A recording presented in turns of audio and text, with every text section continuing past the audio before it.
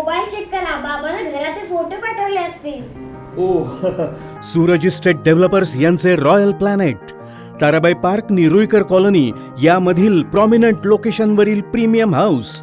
Gym, basketball court पासून EV charging पर्यंत सर्व अत्याधुनिक सुविधा. प्रशस्त पार्किंगसह कोल्हापुरातील सर्वोत्तम 2 आणि 3 BHK luxurious units. Royal planet, Rajesh Motors समोर, ताराबाई पार्क, कोल्हापूर. नियोजन का इलेक्शन आफ्टर थॉट अशी परिस्थिती आहे.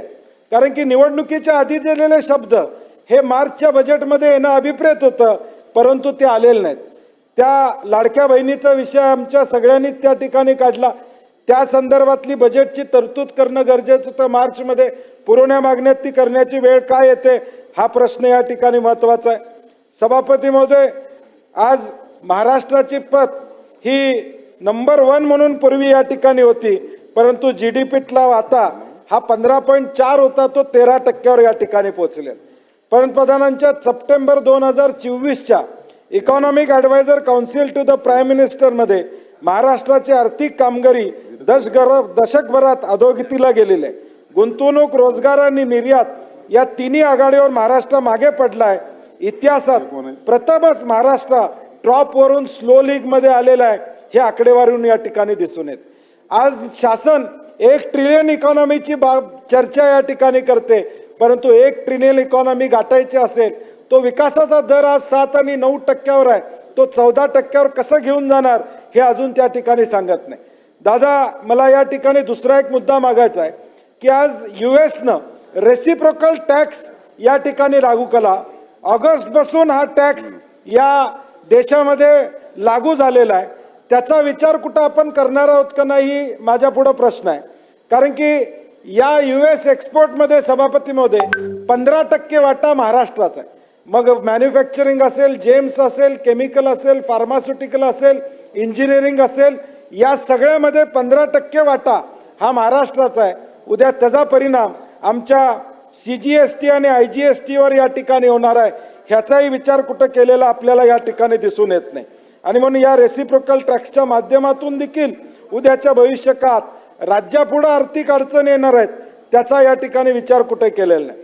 सभापती महोदय, एका बाजूला या पुरवण्या मागण्या करत असताना पैशाची गरज आहे, पैसे गरजेचे आहेत, विकासाला गरजेचे आहेत असं म्हणलं जातं, परंतु दुसऱ्या बाजूला सभापती महोदय जी आकडेवारी मार्चच्या बजेटमधली आकडेवारी आहे त्या आकडेवारीचा खर्च बघितला तर या सरकारचं धोरण नेमकं काय आहे आपल्याला लक्षात येईल. वित्त विभाग जे दादांच्या नेतृत्वाखाली आहे, डिसेंबरपर्यंतचा खर्च 19.14%. शालेय शिक्षण विभाग डिसेंबरपर्यंतचा खर्च 57.84%. नगर विकास विभाग 45.47%. गृह विभाग 50.15%. सार्वजनिक बांधकाम 41%. ग्राम विकास 31.65%. महिला व बाल विकास हे लाडक्या बहीण योजनेमुळे 66.77%वर गेलाय. नियोजन विभाग 18.72% खर्च फक्त नियोजन विभागाचा झालेला आहे.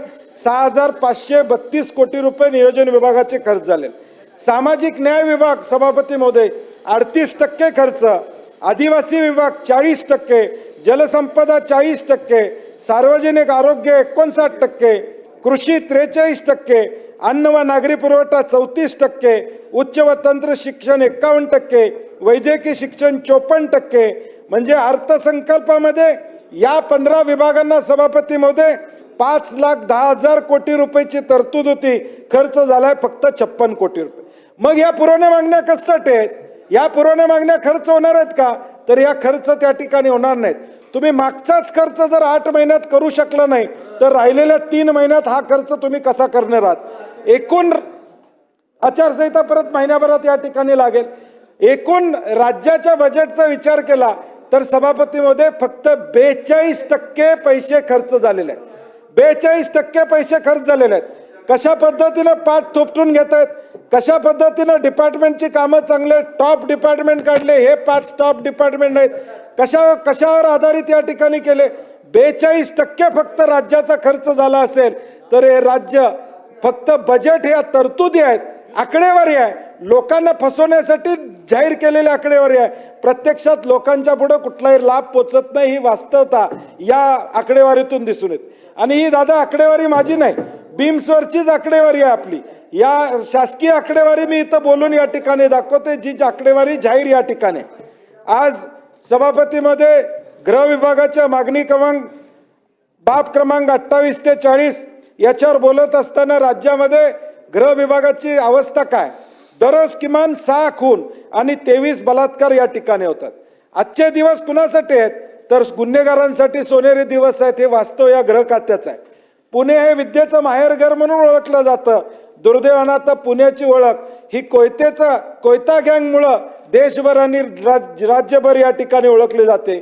आज एकट्या पुणे शहरामध्ये 40 गुन्ह्यामध्ये 175 आरोपी, पिंपरी चिंचवडमध्ये 25 गुन्ह्यामध्ये 100 आरोपी हे मोकोकाखाली या ठिकाणी कारवाई केली जाते. कारवाई केली चांगली गोष्ट आहे, परंतु कारवाई का केली गेली, कायदा व सुव्यवस्था व्यवस्थित नाही हे याचं चित्र आहे.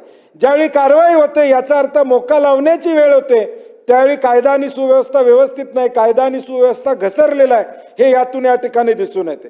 ड्रग्सच्या मध्ये अडकलेला आरोपी नगराध्यक्षाचा उमेदवार या ठिकाणी होतो, एका पक्षामध्ये जातो आणि नगराध्यक्षाचा उमेदवार त्या ठिकाणी होतो. सरकार पुरस्कृत गुंडाराज हे या राज्यामध्ये या ठिकाणी चालू आहे.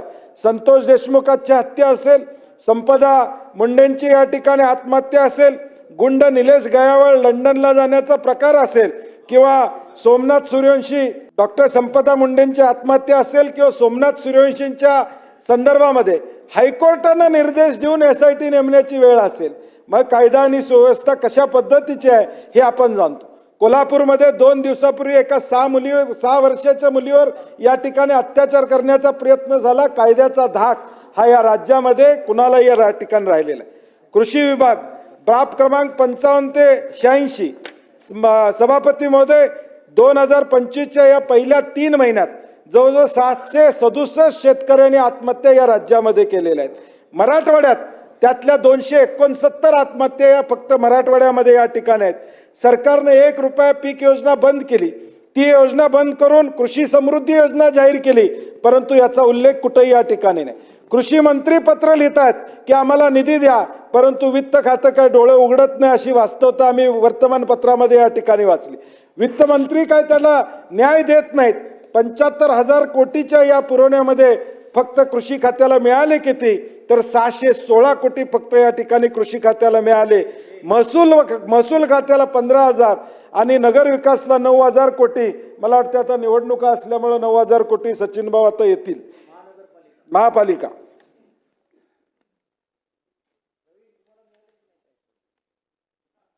सभापती महोदय 616 कोटी रुपये कृषी खात्याला मिळाले. त्यातले 222 कोटी रुपये गोशाळांच्या अनुदानासाठी. काय हरकत नाही, गोशाळाला अनुदान आपण देत आहे, परंतु प्रायोरिटी सरकारची यातून निश्चितपणे सिद्ध होते की 222 कोटी रुपये हे गोशाळाच्या अनुदानासाठी आपण या ठिकाणी देतोय. यातून प्रायोरिटी निश्चितपणे होते. 1 कोटी शेतकरी जवळजवळ या अतिवृष्टीमध्ये या ठिकाणी भरडले गेले. 31,000 कोटीचं पॅकेज किती लोकांच्या पर्यंत पोहोचलं याची आकडेवारी समोर या ठिकाणी येत नाही. अतिवृष्टीमुळं या महाराष्ट्रातल्या अनेक जिल्ह्यांमध्ये ऊसाच्या पिकामध्ये उत्पादन कमी झालेलं आहे. दादा पश्चिम महाराष्ट्रामध्ये विशेष करून कोल्हापूरमध्ये गगनबावडा असेल, चंदगड असेल, आजरा असेल, हा अतिवृष्टी झालेल्या भागामध्ये किमान 10 टन ॲव्हरेज हे ऊसाचं घटलेलं आहे. 3500 रुपयाने विचार या ठिकाणी केला तर आकडेवारी मी सांगण्याची आपल्याला आवश्यकता नाही. एवढं नुकसान या अतिवृष्टीमुळं या जिल्ह्यांमध्ये त्या ठिकाणी झालेलं आहे. सार्वजनिक बांधकाम विभाग बाब क्रमांक 120 ते 154 सार्वजनिक बांधकाम विभागाचा विचार केला तर सभापतीमध्ये प्रलंबित देयक ही या सार्वजनिक बांधकामाची किती आहेत. मी पहिल्यांदा नुकसान झालेले रस्त्यांची आकडेवारी वाचून दाखवतो. या राज्यामध्ये 43,000 किलोमीटरच्या रस्त्यांची दुरावस्था आहे. एकट्या पुणे जिल्ह्यात 11,000 किलोमीटर रस्ते आहेत. कोकणामधले 5,000, मुंबईमधले 2,000, नाशिकमध्ये 9,000, छत्रपती संभाजीनगर 3,000 ही सगळी आकडेवारी या ठिकाणी आहे. पुणे कोल्हापूर प्रवासापूर्वी 4 तासामध्ये व्हायचा तो आज तब्बल 8 तास या ठिकाणी लागतात. नॅशनल हायवे असेल, PWD असेल, या सगळ्यांचा अंदागोंदी कारभार आपल्याला दिसतो. सार्वजनिक बांधकाम विभागाचे सभापती महोदय 40,000 कोटीची बिलं प्रलंबित आहेत. तरतूद किती झाली आहे आता यावेळी? त्यातून मागची बिलं तरी भागली जाणार आहेत का? 40,000 कोटी रुपये दादा, एकूण 89,000 कोटी. जलजीवन असेल, ग्रामविकास असेल, जलसंधारण असेल, प्रलंबित बिलं 89,000 कोटी आहेत. यातून आता आपण तरतूद करून किती या ठिकाणी मिळणार आहेत? एका बाजूला कॉन्ट्रॅक्टरची बिलं दिली जात नाहीत. हर्षल सारखा एक सब कॉन्ट्रॅक्टर या ठिकाणी आत्महत्या करतो जलजीवनचं बिल मिळालं नाही म्हणून. दुसऱ्या बाजूला मात्र मंत्र्यांच्या नूतनीकरणावर 30-30 कोटी रुपये, मंत्र्यांच्या निवासस्थानावर या ठिकाणी 30-30 कोटी आपल्याला खर्च होताना दिसत आहेत. मग सभापती महोदय, या रस्त्यांच्या दुरावस्थेमुळं अपघात किती झालेत? एकट्या मुंबई शहरामध्ये जवळजवळ 262 लोकांचा मृत्यू एकट्या मुंबई शहरामध्ये झाले. समृद्धी महामार्गाची वाहवा आपण केली, सगळ्यात स्वप्नातला महामार्ग म्हणून, परंतु या समृद्धी महामार्गावर 154 अपघात आणि 128 जणांचा मृत्यू झालेला आपल्याला पाहायला मिळतं. यातून या सार्वजनिक बांधकाम विभाग, नॅशनल हायवेच्या बरोबर असणारं आपलं संलग्नता असेल, हे किती कार्यक्षमता आहेत आपल्याला दिसून येईल. त्याचबरोबर आता विधी व न्याय विभाग बाब क्रमांक 180 ते 203. सभापती महोदय, महाराष्ट्रात मागच्या 30 वर्षापासून 29,000 खटले या सगळीकडे पेंडिंग या ठिकाणी आहेत. 30 वर्षापासून न्यायाधीशांची अपुरी संख्या असेल, न्यायालयाला निधी देण्याची कमतरता असेल किंवा न्यायालयाची दुरावस्था असेल, या सगळ्या गोष्टी पाहतो. सभापती महोदय, छत्रपती संभाजीनगरमध्ये एका खटल्यातून 40 वर्षाने एका व्यक्तीची निर्दोष सुटका झाली. 40 वर्षानंतर. म्हणजे न्याय व्यवस्थेला आम्ही ज्या सुविधा पाहिजेत, जे व्यवस्था पाहिजे ती करण्यामध्ये हे सरकार किती या ठिकाणी कमी पडलंय. आज ऊर्जा विभाग बाब क्रमांक 205, 206 व 212. आज उद्योगाची वीज दरवाढ 11.15 रुपये. ह्या इतर राज्यांपेक्षा जास्त दरवाढ काढण्याची भूमिका राज्य शासनानं त्या ठिकाणी घेतलेली आहे. प्रति युनिट 1.65 कपात ही काय कागदावर आहे, कारण की डिमांड चार्ज 583 वरून 600 रुपये करण्यात आलेला आहे. त्यामुळे ही कमी करून देखील त्याचा फायदा या ठिकाणी नाही. एका बाजूला हे राज्य उद्योगशील म्हणून या ठिकाणी ओळखलं जायचं, परंतु आता महाराष्ट्राची अवस्था ही उद्योगशील राहिलेली नाही, कारण की या सगळ्या गोष्टीमुळं फीडरवर आपण सोलरवरून लाईट देण्याचा एक महत्त्वाकांक्षी प्रकल्प घेतलेला आहे. परंतु आज ज्या ठिकाणी पुराची अवस्था आहे तिथं या गोष्टी होऊ शकतात का? परंतु आज एजीवरचं कनेक्शनच मिळत नाही, त्याचा अर्जच या ठिकाणी शेतकऱ्यांना करता येत नाही, अशी अवस्था राज्यातली या ठिकाणी. दादा 7.5 HP आपण बिल माफ केलं. पाणी पुरवठा ज्या संस्था आहेत, सहकारी पाणी पुरवठा, ह्या एकत्रित म्हणून करतात, त्या विशेष करून पश्चिम महाराष्ट्रामध्ये त्याची जाणीव आपल्याला. आता टेंबू, ताकारी, म्हैसाळ या योजना शासनाने केल्या, त्याचे पैसे शासन 81% भरतंय, त्याचं लाईट बिल भरतंय आणि ते पाणी आपण शेतकऱ्याला देतो.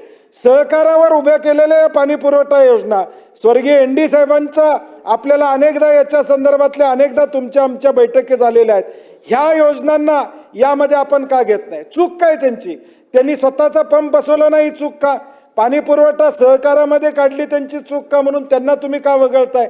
आणि म्हणून ज्या सहकारावर या पाणी पुरवठा संस्था आहेत त्यांना देखील 7.5 HPचा लाभ द्यावा आणि 7.5 HPच्या वरच्या लोकांना देखील या ठिकाणी लाभ द्यावा, अशी आमची प्रामुख्यानं मागणी आहे. सभापती महोदय 10 मिनिटं. बरीच लोक आहेत. प्रवीण दरेकरनी 20-22 मिनिटं घेतली. प्रवीण दरेकर बोलल्यामुळे सभापती महोदय एक नियम करा, प्रवीण दरेकर बोलले की प्रसाद लाडला बोलायला द्यायचं नाही.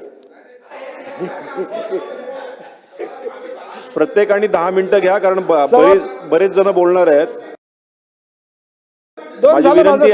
माझा शेवट संपला. चालू करा जरा.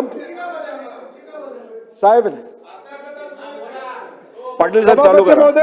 मी शेवट या ठिकाणी करतो. पुरवण्या मागण्या हा फार्स आहे, आर्थिक डोलारा या सरकारचा कोलमडलेला आहे.